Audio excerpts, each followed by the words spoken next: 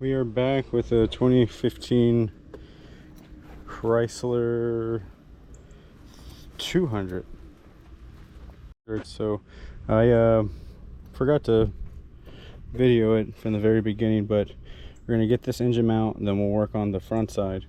But this part right here specifically is kind of preventing me from bringing it up. I had cut this little part off already from other videos I had seen, so I'm gonna go ahead and just round this off just to give enough clearance, and I should be able to take it out, and then I'll go ahead and put the new one back on, and then we'll go from there. I already have it jacked up from the bottom with this tiny one, so supporting the transmission right now. I'll go ahead and change that, and then we have a total of 3 that we have to do on this car. So I already took out the air intake stuff, the battery with the fuse box, so, and then of course I just got to this one over here on the left, so just gotta get to it, and then we'll work on that one next. But the battery is gonna die. I should have charged it before I started, but go ahead and get that taken off and I'll come back.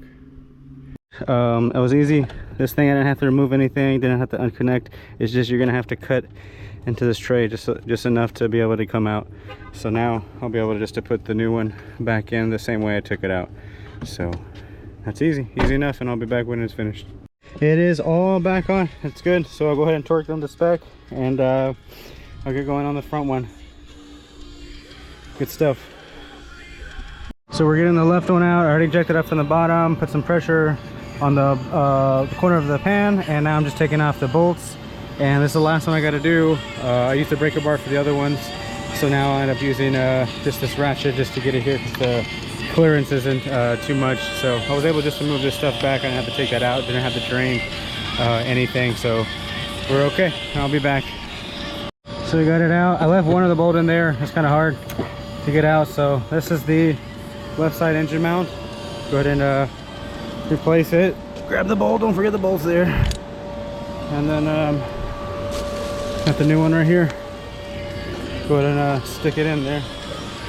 The engine mount is put on. I put everything back, connected all the sensors, tightened everything down. I torqued it down to spec like it's supposed to. So the last thing I got to do now is just put the connectors on, start it up, and it's good to go.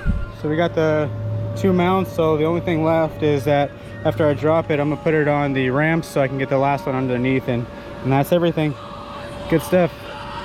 Okay, we are underneath the car. This is gonna be where the cat is, front pipe into the that mid pipe area, but it's gonna be right here. That's the last mount that we gotta change. So it'd be this and then this area. So this bolt, and then I believe it's going to be this one right here. Remove those, and then just try to wiggle this out. Might have to pull the engine's just going to rock up and down. So just gotta take this out too. This bolt's a little problem. So I'll be back with it, and hopefully get the new one in quickly, and we'll be good. All right, so we got it off the lower engine mount. It's right here. It's pretty broken, so that's probably the rattling from the reverse. So kind of explain. It was a pain in the ass. Yeah, it was. Yeah, it was not fun. So the biggest thing that helped me was I took off this shield that was like around it, kind of like that. And we gotta put it back on, of course, but it'll pretty much sit in there like this. See. And kind of sit in there up there in that slot, and then this part right here, of course, goes into here. But if you could take this off, just look how much room you have. So now if I go back to and put the new one on, I don't have to fight anything.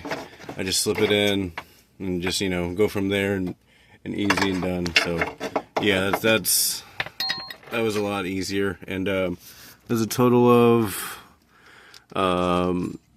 two that are going to be like right here, and then there's like 3 in the back. The ones that are in the back are 15s. You need a 15 on top, and then I had used a what is this, a 16 socket, and then just drove them out, and then I used a 16 for these as well, so they came out. Alright, hopefully that helps somebody when they're doing this. Okay, so I got it on. I'm gonna go ahead and give a little explanation. I put all the screws back in like they're supposed to be.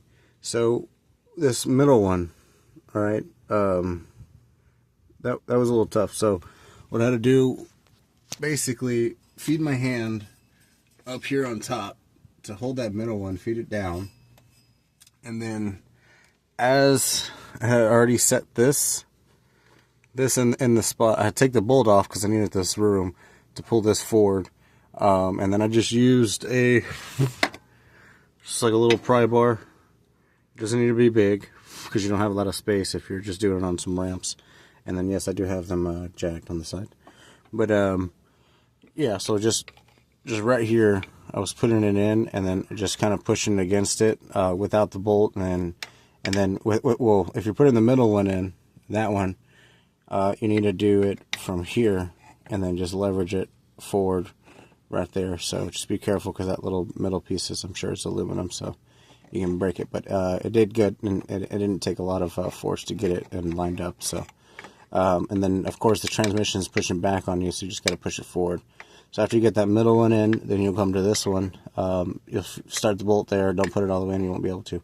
But you need to basically wedge the pry bar in between and then just push forward until it gives enough clearance, stick it through, and then proceed to just tighten everything up. So that's what I'm going to do now, and that's it. So that's all three transmission mounts done for the 2015 200 Chrysler. So good stuff. Learn something. But all right, y'all. Catch you next time.